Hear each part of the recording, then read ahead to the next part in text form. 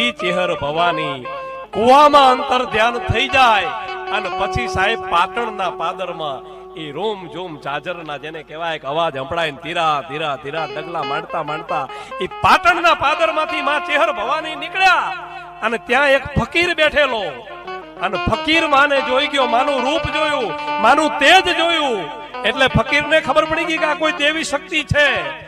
એટલે ફકીરે હાથ જોડ્યા કે માં, હું આપને ઓળખી ગયો છું પણ પાટણની બજારમાંથી નીકળતા નહીં હો માં. તમે પાટણની બજારમાંથી નીકળતા નહીં કે કેમ? કે માં, હું તમને ઓળખી ગયો, જગત તમને નથી ઓળખતું માં. હું ઓળખી ગયો, જગત નથી ઓળખતું. ક્યાંક કોઈ હલકા માણસના મોઢામાંથી તમારા માટે ખરાબ વેણ નીકળી જાય તો પાટણનું ધલોત પલોત નીકળી જાય માં. એટલે તમે પાટણની બજારમાંથી નીકળતા નહીં.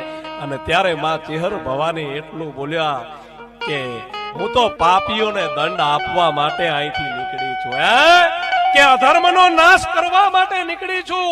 એટલે પાટણની બજારમાંથી ડગલા માંડવાની છું.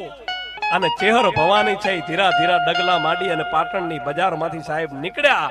અને ત્યાં કોઈ હલકા માણસથી ચેહર ભવાનીનું તેજ જીરવાયું નહીં અને એના મોઢામાંથી કઈક ખરાબ શબ્દ નીકળ્યા. અને ત્યારે માં ચેહર ભવાની બોલી કે હવે જો આ પાટણની વરવારને ભડકે ન બાળું ને તો હું ચેહર ભવાની બની જાઉં. અને તેની લાગી હતી જળ જળ જળ જેને કહેવાય